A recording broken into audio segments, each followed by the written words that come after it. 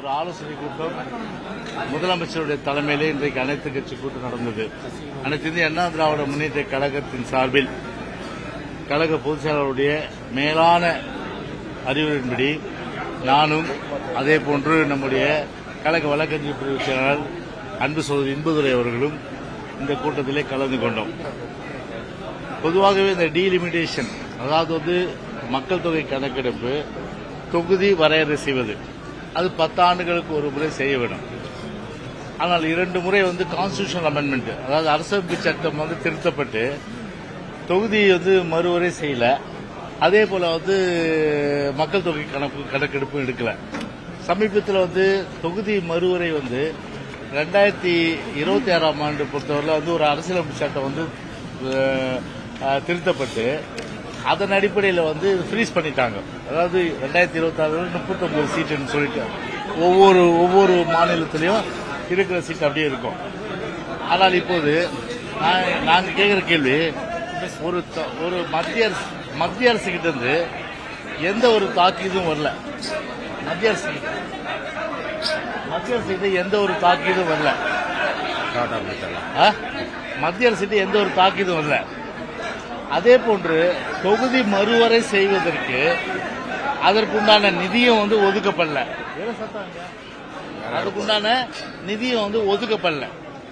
அதாவது மத்திய அரசு எந்த தாக்கீதுன்னு சொல்ல, தொகுதி மறுவரை செய்யல.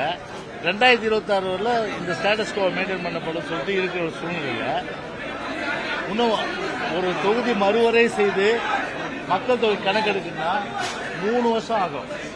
3 வருஷம் ஆகுற சூழ்நிலையில எதுக்கு இந்த அவசரம்? நாங்கள் தீர்மானத்துக்கு ஆதரவு கொடுத்தோம்னா தமிழ்நாட்டுடைய அதாவது ஒரு உரிமை குரல், ஒரு வரையறை எந்த காலத்திலும் குறையக்கூடாது. அனைத்து இந்திய அண்ணா திராவிட முன்னேற்ற கழகத்துடைய அந்த நிலைப்பாடை நாங்கள் எடுத்து சொன்னோம். அது ஒரு பக்கம். ஏன்னா இந்த உரிமையை நாங்கள் எந்த காலத்தில் விட மாட்டோம். ஆனால் உரிமையை பற்றி பேசுவதற்கு இந்த திமுக அரசுக்கு, குறிப்பாக முதலமைச்சராக உள்ள ஸ்டாலினுக்கு அதற்குண்டான முகாந்திரம் இருக்கின்றதா? இல்லை. ஆண்டாண்டு காலமாக தமிழ்நாட்டுடைய உரிமைகளை தாரை வந்தது. கச்சத்தீவாக இருந்தாலும் சரி, இன்னைக்கு மீனவர் பார்த்தீங்கன்னா திருவோடு ஏந்தி போராடுறாங்க ராமேஸ்வரத்தில்.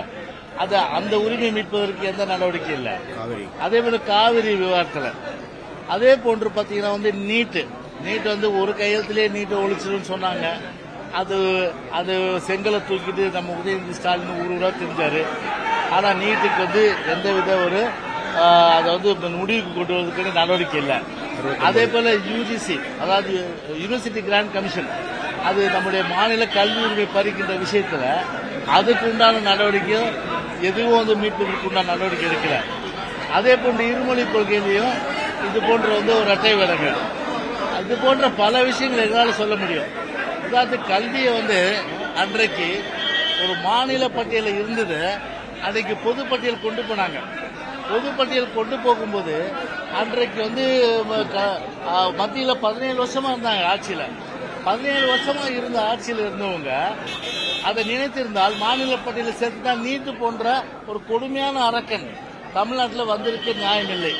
அதே போன்று நிதி பகிர்வில் மாநிலத்தில் பார்த்தீங்கன்னா வருகின்ற வருவாய் கொண்டு அதற்கேற்ற வகையில் நாம் நிதி பகிர்வு அளிக்க வேண்டும் என்ற வகையில் அதற்கேற்ற வகையில் சட்டத்திட்டத்தை கொண்டு வரணும். இப்போ உதாரணத்துக்கு சொல்றேன், 69% இடஒதுக்கீடு 96ஆம் ஆண்டு காலத்தில் இது புரட்சி தலைவர் அம்மாவை பொறுத்தவரை அன்றைக்கு முதலமைச்சர் உச்சநீதிமன்றம் ஒரு தீர்ப்பு கொடுக்குது 50% போகக்கூடாதுன்னு.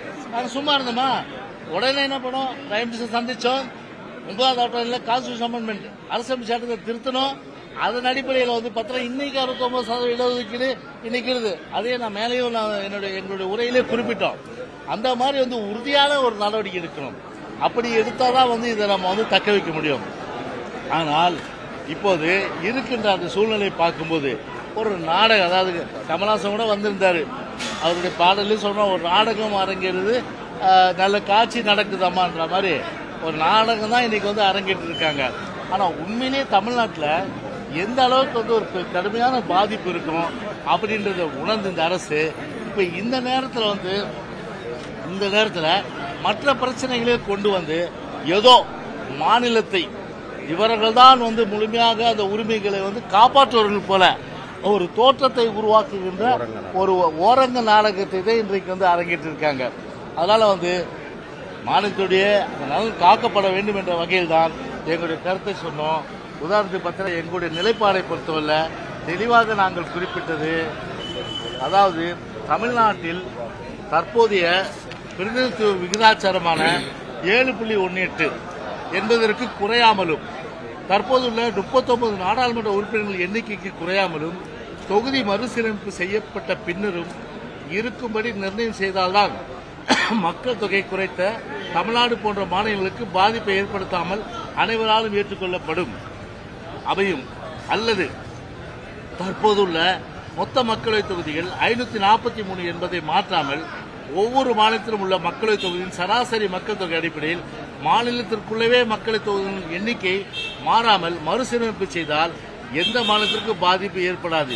இதனால் மாநிலங்களுக்குள் இடமாறுதல், அதாவது மைக்ரேஷன் போன்ற காரணங்களால் சில தொகுதிகளில் அதிக அளவில் மக்கள் தொகை கூடியுள்ளதால் அவை சீரமைக்க வாய்ப்பு ஏற்படும். This is our stand. இதுதான் எங்களுடைய அந்த நிலைப்பாடு. இப்போ உதாரணத்துக்கு இப்போ ஒரு டீலிமிட்டேஷன் வந்து, அதாவது வந்து நம்முடைய 7.18% போனா நமக்கு வந்து பாத்தீங்கன்னா அதிகமான சீட்டுகள் கிடைக்கும், நம்முடைய உரிமைகள் பாதிக்காது. ஆனா 5.20 எடுத்தா எந்த அளவுக்கு நம்ம பாதிப்புன்றதுக்கு ஒரு புள்ளி வரும். உத்தரப்பிரதேஷ் வந்து பாத்தீங்கன்னா கிட்டத்தட்ட வந்து 80 சீட்ல இருந்து அவங்க சீட் வந்து 63 ஆகும், 80ல இருந்து 63 பிளஸ் ஆகும். பீகாருக்கு 40 பிளஸ் 10ல இருந்து 39 ஆகும். அதே போல மத்திய பிரதேஷ் பார்த்தீங்கன்னா 29 பிளஸ் 4 பிளஸ் 23. அதே போல ராஜஸ்தான் பார்த்தீங்கன்னா ஏறக்குறைய 25 சீட் அதிகமாகும். அதே போன்று மற்ற நம்முடைய தமிழ்நாடு பார்த்தீங்கன்னா 543 சீட் இருக்கிற பட்சத்தில் 5.28% அந்த அளவுக்கு ஒரு சதவீதப்படி பார்த்தா நமக்கு வந்து 8 சீட்டு குறையும். ஏற்றுக்க முடியுமா? கண்டிப்பா ஏற்றுக்க முடியாது. அதே போன்று அவங்க 848 சீட்டை உயர்த்தி அதுல வந்து பாத்தீங்கன்னா வந்து விகிதாச்சாரம் அந்த 5.28 கொடுத்தாங்கன்னா நமக்கு வந்து 10 சீட்டு தான் வரும். அதாவது 39ல இருந்து 10 49 சீட்டு வரும். ஆனா 49 சீட்டு வந்தா இதே வந்து யாருக்கு உத்தரப்பிரதேசுக்கு 63 வரும், ராஜஸ்தானுக்கு பீகாருக்கு 39 வரும், மத்திய பிரதேசுக்கு வந்து 23 வரும், ராஜஸ்தானுக்கு வந்து 25 சீட்டு வரும். ஆனா நமக்கு எவ்வளவு வரும்? 10 தான் வரும். அதனால இந்த நிலையில எங்களோட இந்த நிலைப்பாடை எது இருந்தாலும் சரி 1971 எடுத்த அந்த மக்கள் தொகை கணக்கின்படி 7.18 அதை வந்து அது விகிதாச்சாரத்தை கடைபிடிக்கணும். அப்படி கடைபிடிப்பதன் மூலமா தான் நமக்கு 848 அவங்க உயர்த்தினாலும் பாராளுமன்ற உறுப்பினர் வந்து அந்த எண்ணிக்கை உயர்த்தினாலும் சரி மொத்தம் நமக்கு 61 இடங்கள் கிடைக்கும். எனவே இந்த நிலைப்பாடை நாங்கள் சொல்லிட்டு வந்திருக்கோம். அதுவும் வந்து தீர்மானத்திலேயே அதை 2 திருத்தங்களை நாங்கள் தான் சொன்னோம். அப்ப எந்த அளவுக்கு மாநிலத்துடைய உரிமையில இன்றைக்கு வந்து நாங்கள் வந்து அனைத்து இந்திய அண்ணா திராவிட முன்னேற்ற கழகம் இருக்குது என்பது தயவு செய்து நீங்கள் உணர்ந்து கொள்ள வேண்டும். ஆனால் இதே புரட்சித் தலைவர் அம்மாவை பொறுத்தவரை, அம்மாவுடைய அரசை பொறுத்தவரை மாநில உரிமையை காப்பாற்றியது. ஆனால் இவர்கள் மாநில உரிமை பற்றி பேசுவதற்கு அந்த முகாந்திரம் கிடையாது. அதே நேரத்தில் இன்னொன்று சொல்லணும்னா மண்குதிரையை நம்பி ஆற்றில் இறங்குவது போலத்தான் இவர்களுடைய அந்த திமுகவும் சரி இந்த அரசாங்கமும் சரி.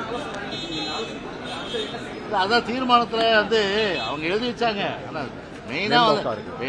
மெயினா என்ன 7.18 அது வரலையே, அது திருத்தம் கொண்டு சொன்னா அது அவரு கொண்ட முதலமைச்சர் பொறுத்தவரை அண்ணா திமுக ஜெயிக்குமா சொல்லியிருக்காரு, அது திருத்தத்தை நாங்க ஏற்று சொல்லிட்டாரு. அதே போல என்ன சொல்றாங்க 30 ஆண்டுகளுக்கு வந்து இதே நிலை தொடரலாம் அப்படின்னு ஒரு ஸ்டேட்டஸ் கோவா அப்படின்னு பார்த்தா அப்ப 2 தடவை வந்து கான்ஸ்டிடியூஷன் அமெண்ட்மெண்ட் கொண்டு வந்திருக்காங்க அரசமைப்பு சட்டத்தை. அப்ப அரசமைப்பு சட்டத்தை திருத்தணும் இல்லையா? அதை பாரத பிரதமர் வலியுறுத்துங்க. நான் கேட்கிறேன் 39 MP இருக்கீங்க இல்லையா, அந்த 39 MP வச்சு இதெல்லாம் பேசலாமே. இது கூட்டம் வந்து நீங்க தேவைதானா? அதான் எங்க கேள்வி.